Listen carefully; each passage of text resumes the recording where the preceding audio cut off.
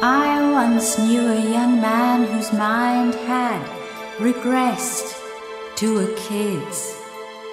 The cause wicked winter, a car, an unavoidable skid. I can't say how he was before the Porsche and black eyes, but post RTA he'd lost everything that had ever made him nice.